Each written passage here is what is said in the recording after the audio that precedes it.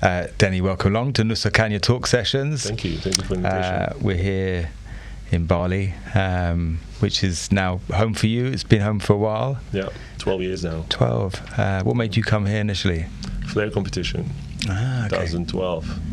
So you just came as a guest? Yeah, I came for, I think, 5 days or 1 week just to compete the competition. Didn't know anything about Bali, really, or Indonesia. I think it was my first time coming to Asia at that time. And yeah, after 7 days, it was pretty clear that I kind of got some connection with this place. And a year later, I came back for holiday. And then 1 year later, I already moved here for a year, planning to stay, just take a break from traveling, competing, flaring, practicing. Just wanted to surf, take a break from everything, and that basically kept extending, and it's 12 years now. Okay, super cool. Where were you living when you did that flare comp? I'm from Ukraine originally, but I live in Moscow for a couple of years as well. So I came, first time I came to Bali from Moscow. Yeah, I used to run a flare school there before.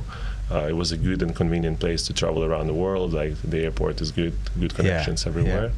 So that was very good. And at some point, flare just kind of got a little bit less exciting for me, and I wanted to take a break and find a bit more about myself, who I am outside of that world. And the moment I moved to Bali, I kind of looked back, and that world didn't seem to be that big anymore as it seemed to be when you're in it. And that kind of started shifting my mindset a little bit. I was like, okay, what else is there for me, I think Bali's quite good for that. Oh yeah. A lot of people come here to soul search and escape and do something different. Yeah, definitely divided my life in before and after, in a sense. Cool. I'm intrigued as to how you got into this industry. Was it flare from the word go, or? No, I was actually studying university in a hospitality school, and at the same time I wanted to get some pocket money because my parents couldn't provide enough for me to party or get some clothes I wanted and things like that. So from the first course I found a job as a bartender.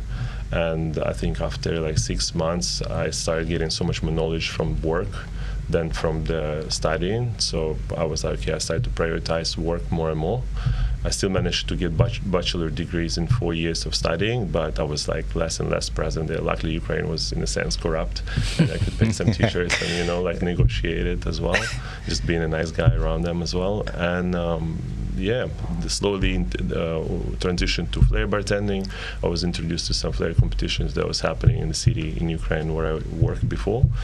And the first time I saw flare bartending on the stage, that kind of drew my attention, and that basically was like a click. I was like, that's what I want to do. Awesome. We've got a selection of ingredients in front of us. Let's see. I want to hear more of your story, but I also want to have a drink in my hand, if you don't mind. Please. This is your recipe, actually. Well, this involves a few things. So this is Nusa Caña coconut rum, which I collaborated with. And then we've got some sweet vermouth. Why don't you tell us about the third product? Well, that's my little baby, that we started 4 years ago by now.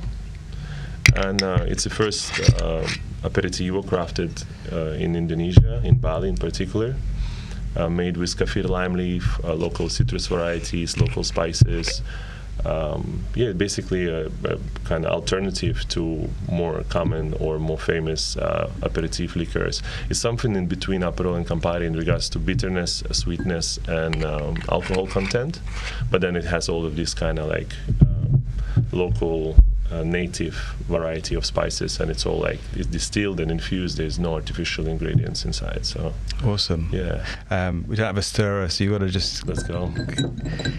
You improvise there, and then you got a nice little wedge. So I was introduced to this drink by Mark the other day. I was like, actually, this is a much more palatable Negroni for this sort of climate, I find. Cheers. Because Negroni is usually quite bitter and sweet. Exactly. It's a winning combination. I love it.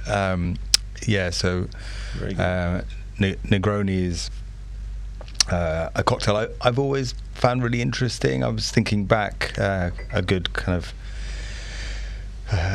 almost 30 years ago, and I worked in a bar which I think is probably the place where at that time I bought my first cocktail book, and the Negroni was a staple in there.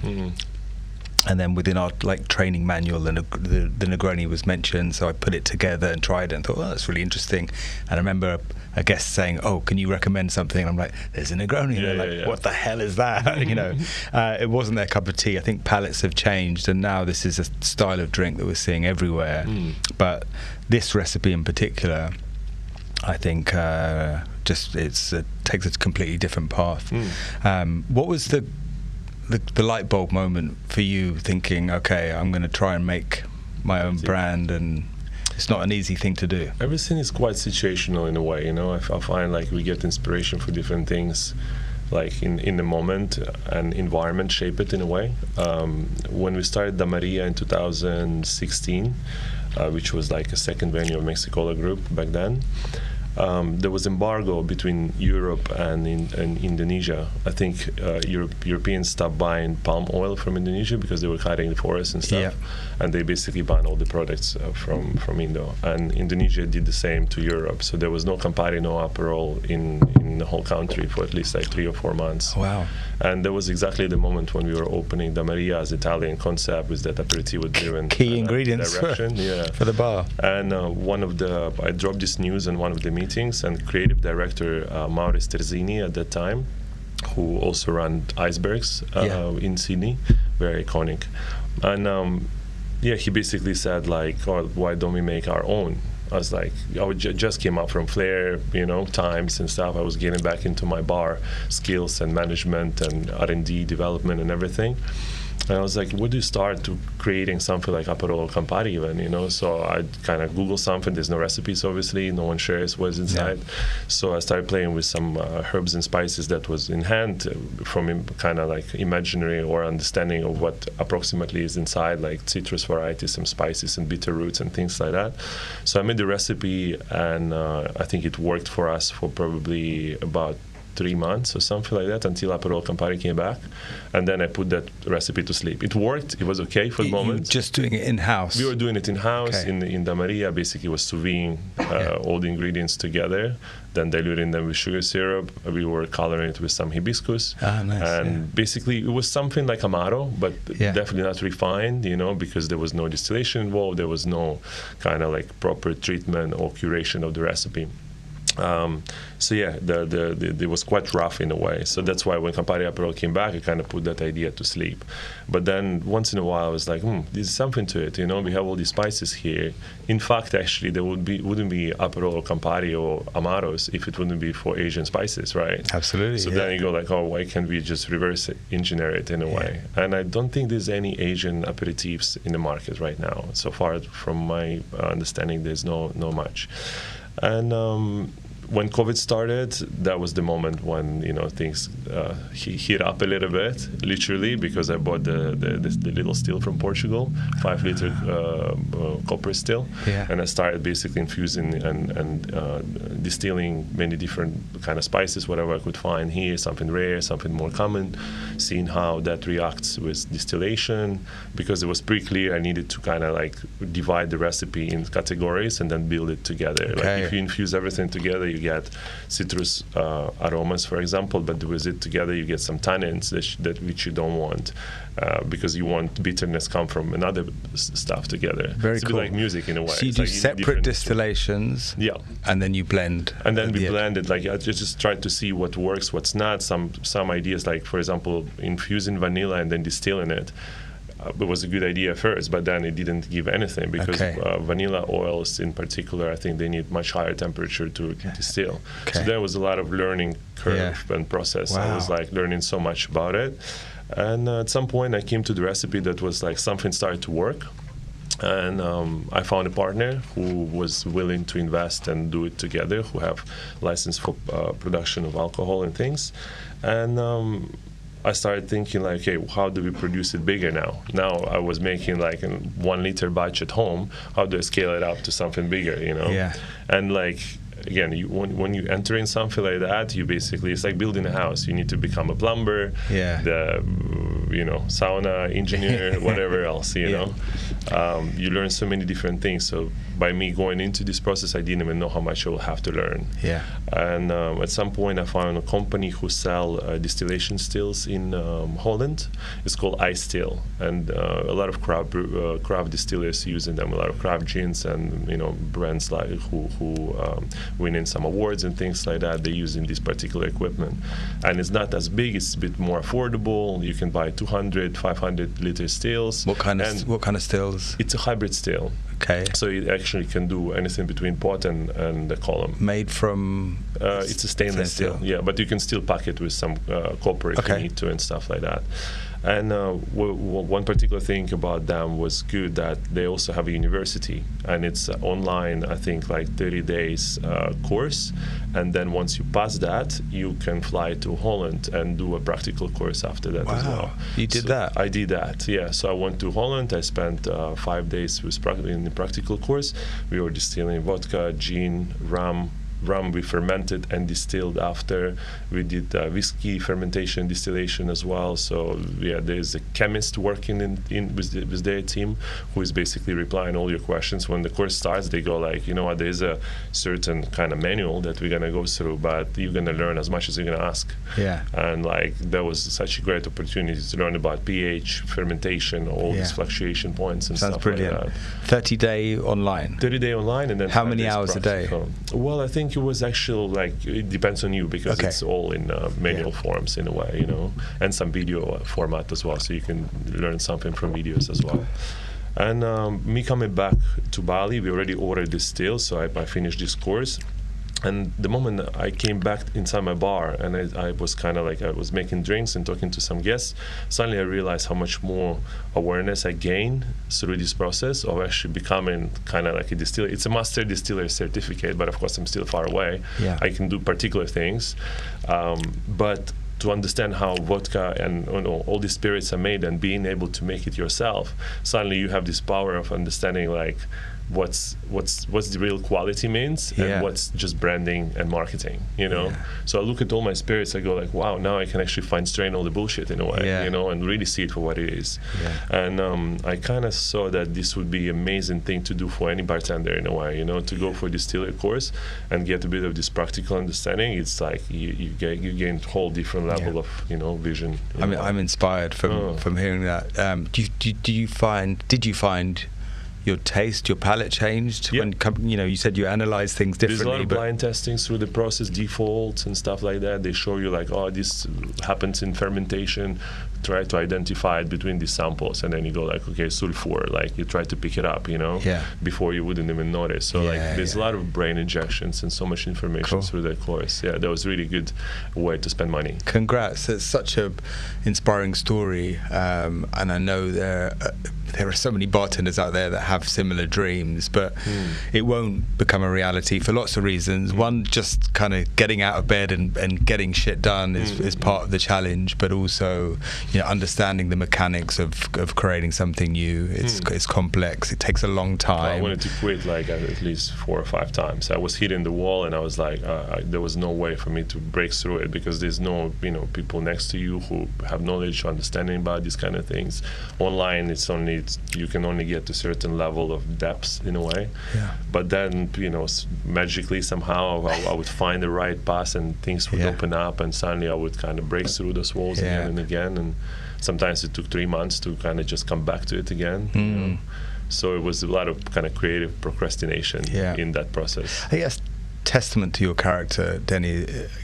You are determined, and you're creative, and I think you're quite unique. You get shit done, and I'm saying that because I want to talk also about the venues that you're connected with here in Bali. Can you just run through those? Yes, I'm the beverage director of Mexicola Group right now since 2016, when I joined Damaria as a bar manager, and then my kind of role was growing year by year with us opening new venues. So by now we have 2 Mexicolas, one in Seminyak, one in Canggu. One more coming soon. Yeah, one more coming soon in Uluwatu in June. Yeah, so that's our third like kind of biggest opening. And we also have Da Maria on Italo side, Luigi's, and Mosto as a natural wine bar. Yeah.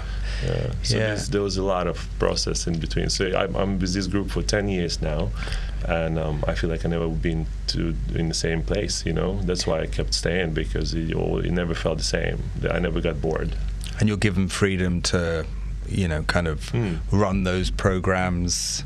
In your own way, or is there a lot of guidance? Yeah, pretty much. I mean, like, we know what works by now and what doesn't in a way, but yeah, creatively I have a lot of freedom, and especially now we have joined Luca who used to work for Zuma for over 6 years in Dubai. So he moved to Bali and joined good our pedigree. team. Amazing, yeah. So now he's looking after Italo side as a bar manager, and Agustin, who used to work for Potato Head for several years. Yeah.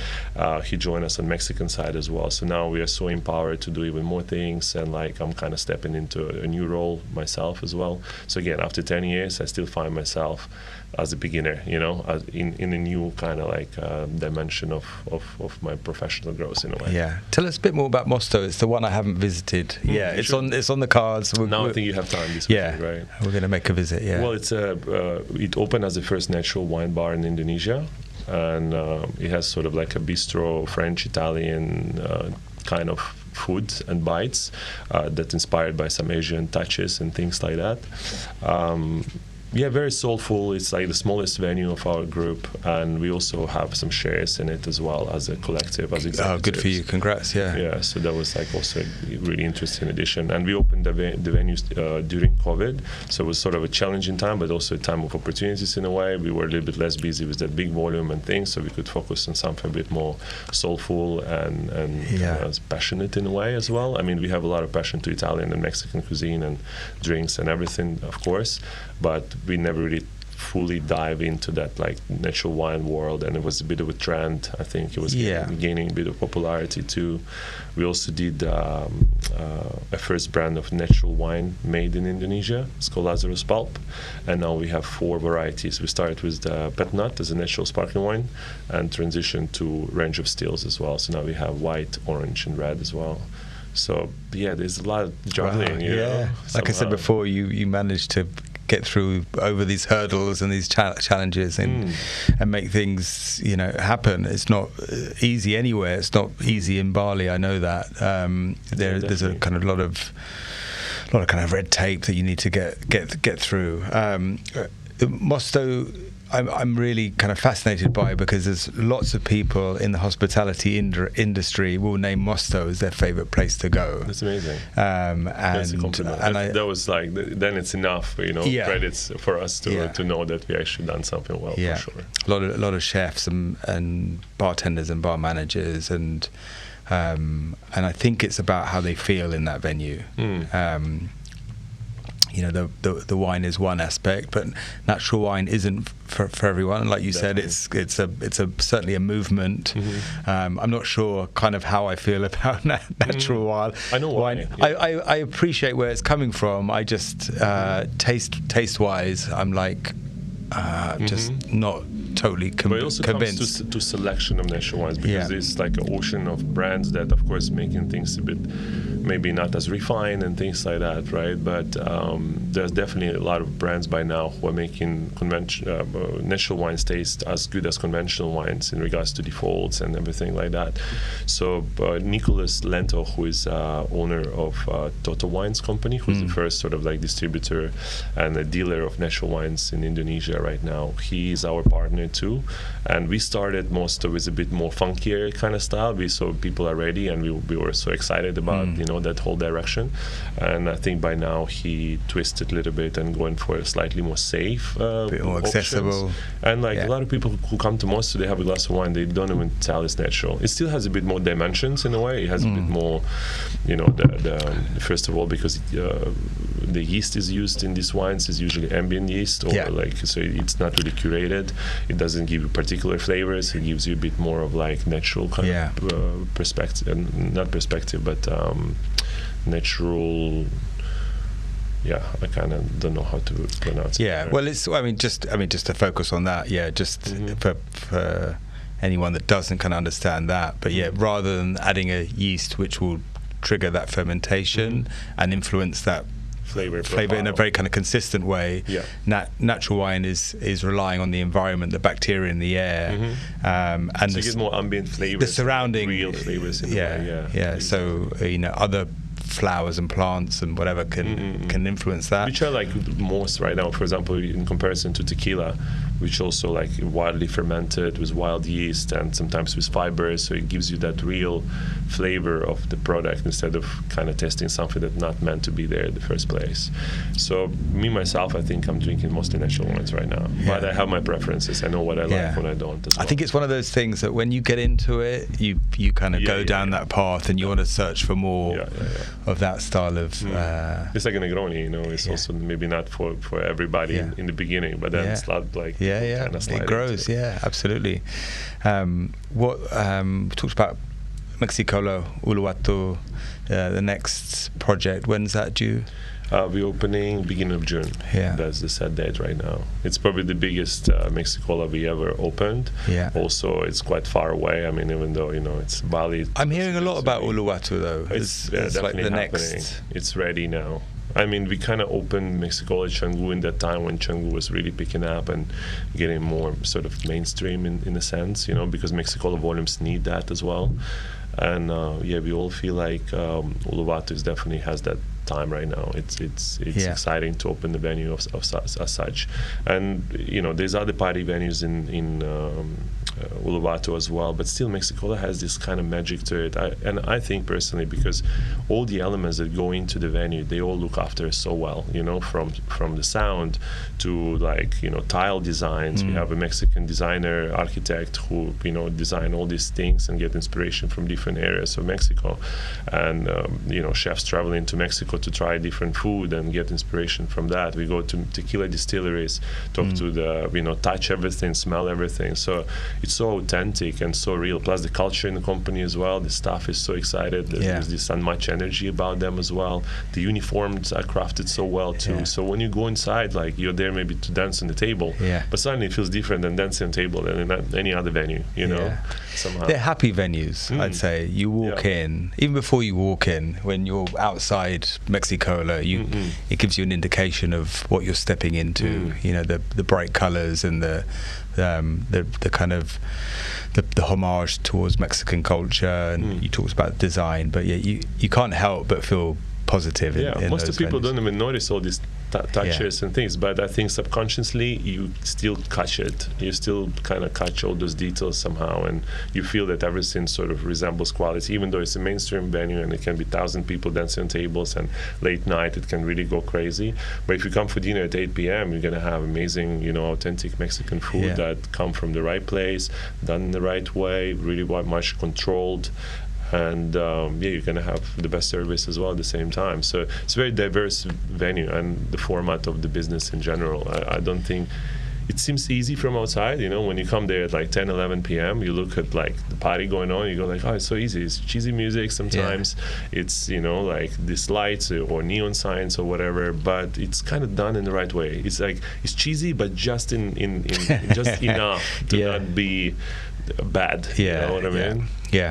Yeah, because once you step past that line, you then have a completely different reaction from a sector of your guests. It'll be like, I don't want to be here because it kind of feels too much, but it doesn't. So congratulations to you and the team for that. That's fine, I mentioned before that you're someone who likes to juggle lots of things.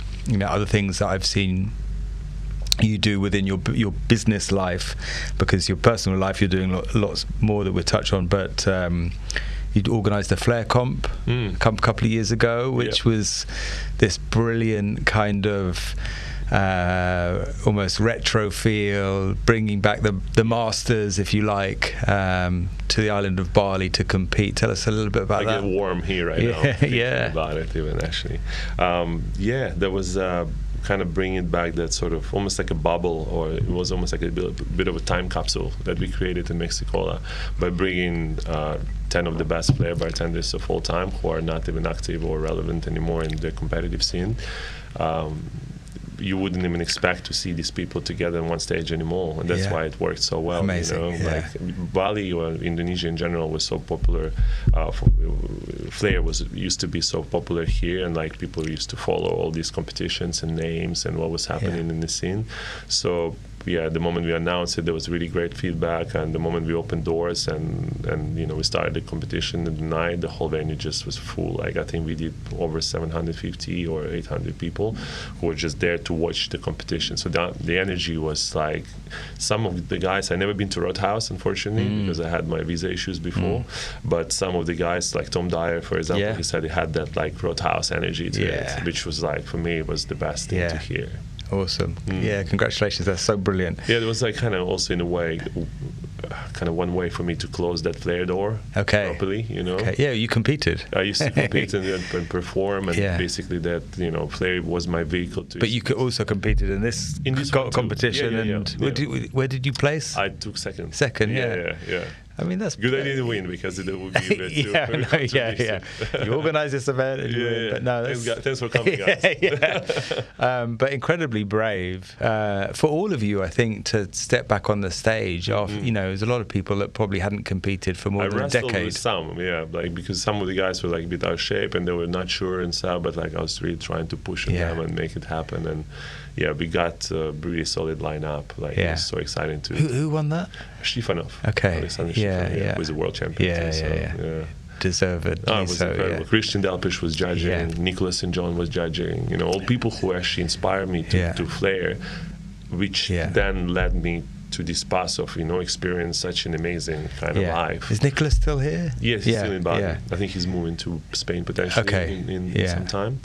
But all that competition was such an amazing thing. I couldn't believe it was a bit of a fairy tale. I was looking around, it was so unreal to see all these people together again, and just remembering myself starting and watching pretty much all of their videos, and not even yet going outside of Ukraine to compete, to travel and meet them yet, at that time. So they were my inspiration, and then it was kind of my way in a way to say thanks to them for everything that I got to experience. So it was like this really amazing. What a fantastic moment. The other thing that I witnessed a couple of years back, Mexicola, yourself with one of the founders of Limo, Benjamin Padron, you organised a most excellent event, which was a Guinness World Record attempt to sell the most margaritas within 8 hours. Earthquake.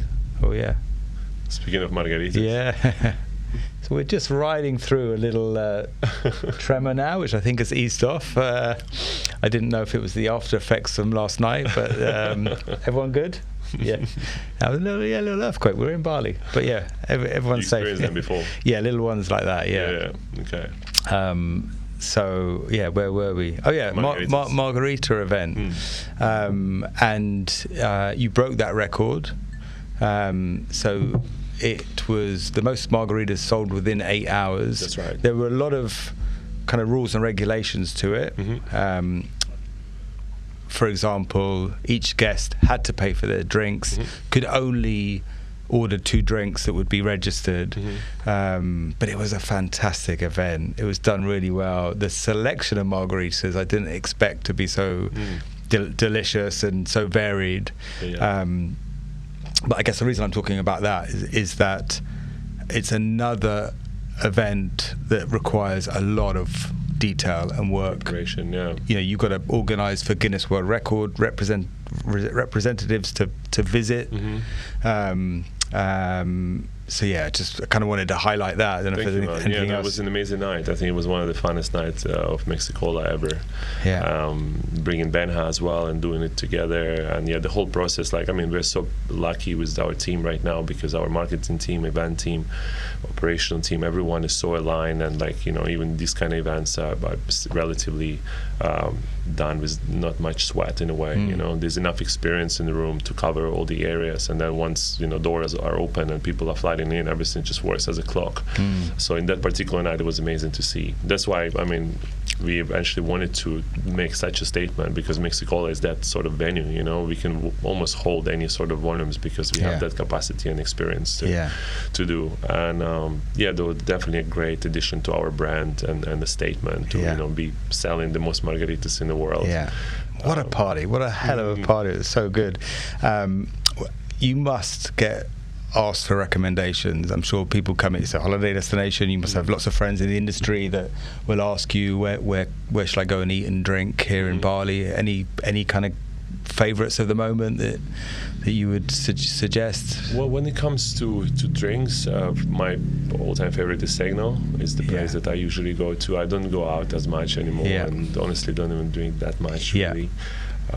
Just in your own words, explain Segno. It's certainly pretty iconic now. Yeah, like look, great drinks, very kind of classic and Japanese approach, but like outside of drinks programs and that, like the service and the feeling that you get there, like it's very great. I mean, there's no much like I think can match that experience in Bali right now, from the door to the moment you get seated and get this like cold towel and especially with Bali heat.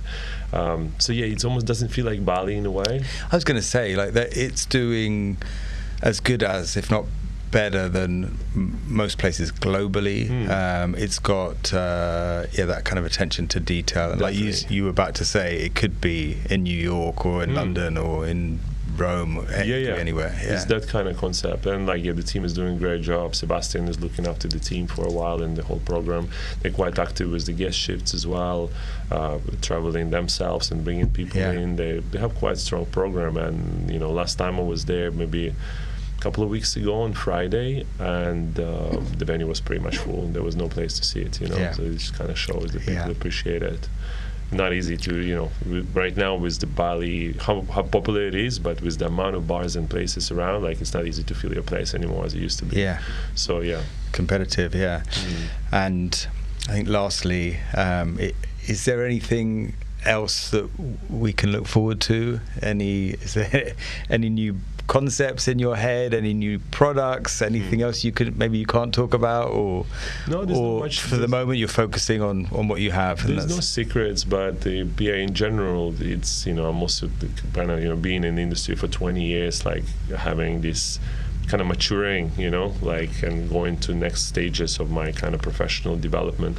It's interesting how like just observing the trends and things and what's happening in the bar world and kind of staying in your own ground and kind of fine-tuning what really makes sense and what doesn't anymore, That's like an interesting sort of contemplation that I'm going through right now, to kind of like move beyond trends and basically all the wrapping paper, and just keep things a little bit more, go back to in a way basics, but with this maturity and experience and understanding. And just making drinks and enjoying serving people and looking after teams and making sure that everyone's happy. That's what it takes, right? Yeah. I mean, maybe 5 years ago, I would think more about some awards or achieving something and things like that. But at this space right now, I'm quite privileged to say that my focus has shifted more on just day to day, like creating harmony in places where I am, and that's very healthy. Beautiful to hear. And I think there's an element of you've done that hard graft for the better part of two decades, and now perhaps you're a comfortable time in your life where you are involved with some incredible projects and you're enjoying them, and that's great to hear. Cheers to that. Thanks, Thank you so much for your time. Nice one. Appreciate the chat.